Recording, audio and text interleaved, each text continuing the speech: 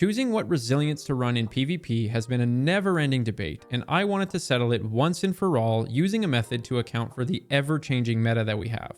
Because if I told you that going from 8 resilience to 9 would save you from a 2 crit 2 body kill using the Staccato 46 scout rifle, as if you'd even care. It's not like 180 scouts are running the crucible right now. But then if I said running 7 resilience will block the immortal SMG with target lock, you might actually perk up and be inclined to try it out. So when it comes to finding that perfect health amount to give you the most bang for your buck, I wanted to look at everything. The 80 plus archetypes in the game at every level of resilience, things like empowering rifts, radiant hunters, titans with overshields and what the heck to do against them, and then filtering out all the garbage that you're never actually going to see when you're playing. So I'm going to show you how to determine what's best at any given time and how it all started in 2021. You see, 2 years ago, I searched through every TWAB in history, recording each time Bungie told us weapon damages down to the exact decimal point. I had my buddy build a script in Excel that then took those numbers and calculated every single combination in existence that could add up to a total somewhere between 180 and 205, because I knew that's roughly how much health you have. Once I had the list of combinations and what they added up to, I went and tested every single limit that we knew about. So let's just say 6 resilience, for example. We always thought it was around 192, but now I could be certain because the script that I ran had 267 million combinations to choose from. So I was able to check 191.95, 192.00, and 192.05. In the testing, we found that they would always live to the lower number, which made sense because it's right below the threshold. They would die to the highest number, which also made sense, but then they would always live with like 0 health. I'm talking a completely empty bar, but staying alive for that middle scenario on the threshold. Because of this, I ended up publishing this table in September of 2021. All of those 0.01s were kind of my way of saying you got to cross that threshold for whatever reason. But we've since learned that it's due to something called floating arithmetic in the game's coding. As if I understand that, all I know is that we actually know now that the true health values are these. Now that was all technically step 1, because step 2 is going and testing every weapon at all of those levels. That's about 1,000 scenarios to do in private matches, not even including the things I mentioned before, like empowering rifts or against overshield titans. And there was only one way I got through it all, which was by taking breaks playing Hyper Fever. Critics call it the most mobile of all mobile games. Build a unique character from our preset warlords in the only real-time card strategy MMO that lets you play offline online. Okay, let's be honest, that's not a real game. We're here to talk about Raid Shadow Legends.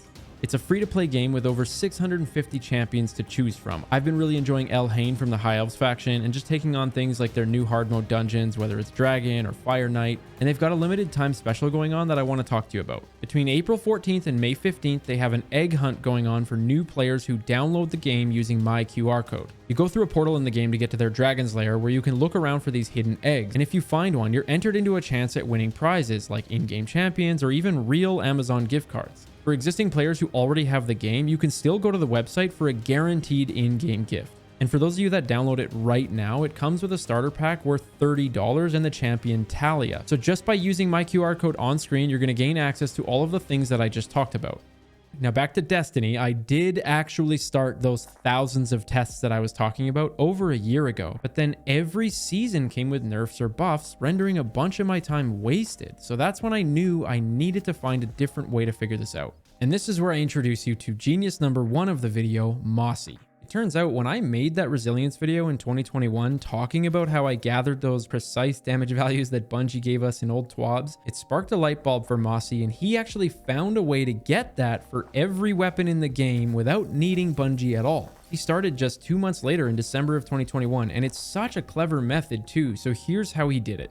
This is an adaptive pulse rifle on screen that hits for 20s to the body. Now, Bungie's explained in the past how they round everything up in the game to keep it clean while you're playing, so those 20s are not necessarily hitting for 20. The true value behind it is between 19.00000001 and then 20 on the dot. This is because Bungie's rounding isn't like regular math. As soon as something does a sliver above the integer, it'll round up to the nearest one. Now, there's a lot of options between those two limits though, right? It could be 19.4, it could be 19.5768, like there's an infinite amount of decimals. And yet Mossy has found a way to get accurate down to 3 decimals on weapons. And this is because Bungie has confirmed certain buffs in the past, like Bubble for example. We know that that adds exactly 25% to your damage. So Mossy would take the same pulse, step in and out of a bubble, and then shoot them again. You would expect to deal 25 because if you just take 20 damage from before at base, add 25%, that gives you 25. But what actually happens is it shows a 24 on screen. And just like before, we know that because of rounding, the true value of that is actually between 23.000001 and 24.00. So then you can work backwards and say, well, what base damage would actually give me that? Well, 18.4 with a 25% buff would give you the 23, and then 19.2 would give you 24.0. If you take that range and you overlap it from the base range from the original test, you actually have a pretty narrow window there, right? Like, you know it's not going to be dealing 18 point something because the first one was going to 20. So now all of a sudden, you know it's between 19.0001, whatever, all the way up to 19.2 instead of up to 20. Of course, that's still a bit of a gap, but it turns out there's a lot of different ways you can do this type of test. Like, you're not just limited to bubble. And that's exactly what Mossy did. He ran every scenario available in the game on every weapon. And when you do that, you end up with extremely precise weapon damages. The adapted pulse rifle, for example, it's actually 19.005, not even close to the 20 that it shows on screen. After going through all of this with Mossy, I knew I was getting somewhere because I had a table with exact values on one side and then exact weapon damage on the other. And this is where genius number 2 comes into play, Hugo.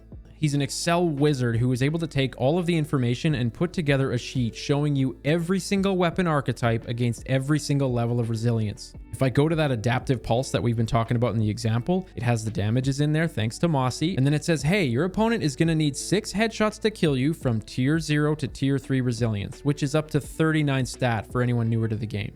But the moment you have 40 resilience, they're going to actually need a 7th bullet because 6 headshots just won't cut it anymore. The sheet says 5 headshot 2 body and is highlighted in orange. That's because the extra bullet is a breakpoint where the time to kill is now slower, meaning you can win your engagement against them. In this case, they have to wait for a 3rd burst to start just to try and even kill you. Then if you go up to tier 8 in resilience, they can still kill you with 7 bullets, but they're going to need 6 headshots in one body, meaning they're going to have to be more accurate. Those are the 2 colors. Orange is the time to kill block, while blue is the accuracy block.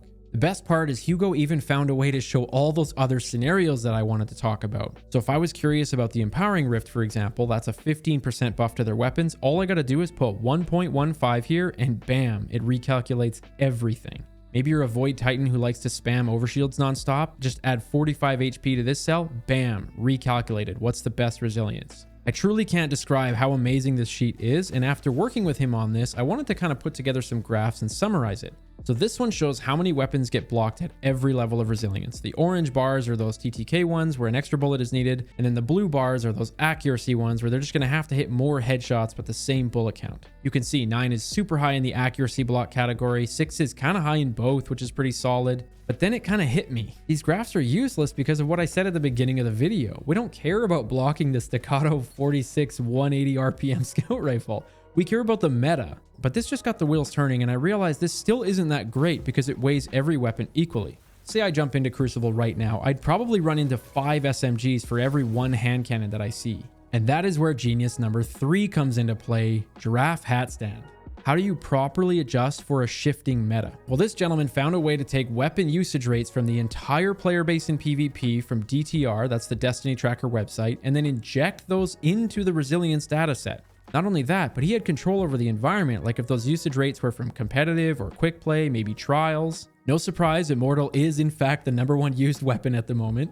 And before I get into that, he took it another step forward. Because let's say you were up against a 140 RPM hand cannon and you forced them to shoot an extra bullet. Well, the time to kill would go from a 0.87 second 3-tap all the way up to a 1.3 second 4-tap. That's a huge difference. So if you can make that happen, it's really impactful to guarantee you winning that engagement. But if an SMG at 900 RPM had to go from say 11 bullets to 12, well, the time to kill is only going to change by 0.06 seconds. And of course that's a nice to have, but it's a lot less impactful, right? Well, Giraffe figured out how to do it all. He accounted for weapon usage rates in the current meta, time to kill changes and their relative impacts like I just explained with that SMG hand cannon scenario, accuracy blockers where it's going to be a little bit tougher for your opponent, and then he normalized everything into this one final table.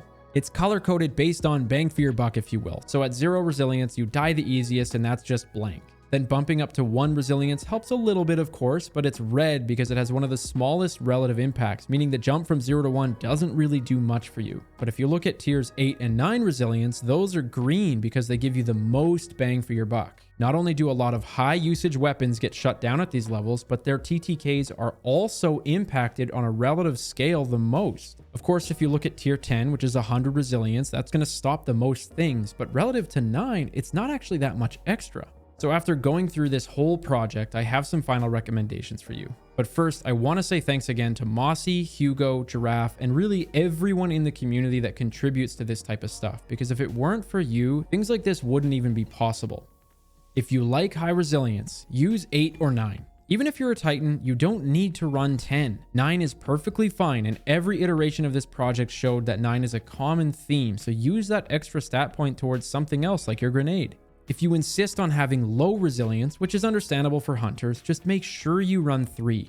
There's really no sense in running 4 or 5, but definitely do not go below 3. If you're playing against triple Void Titans spamming overshields nonstop, of course all weapons will have to deal more damage, but some of them don't actually have their TTKs altered by that much. A bow, for example, can still do it in 2 shots if you're accurate, or the Vex Mythoclast, for example, that one has a unique RPM and does really well against overshields. The new target lock perk has more uptime and eats away at it. Ace of Spades with Memento Mori is extremely strong against overshields. Right now we're in a precision shotgun meta, and those need 11 pellets instead of 10 if you're running 6 or higher, so for me that's reason enough. Now here's a 4-minute video where I show you how to pull old season pass stuff back to 2019, whether it's Ascendant shards, exotic ciphers, armor, you name it, all thanks to another community tool. I recommend clicking it soon because Bungie actually mentioned they might be removing this at the end of the season.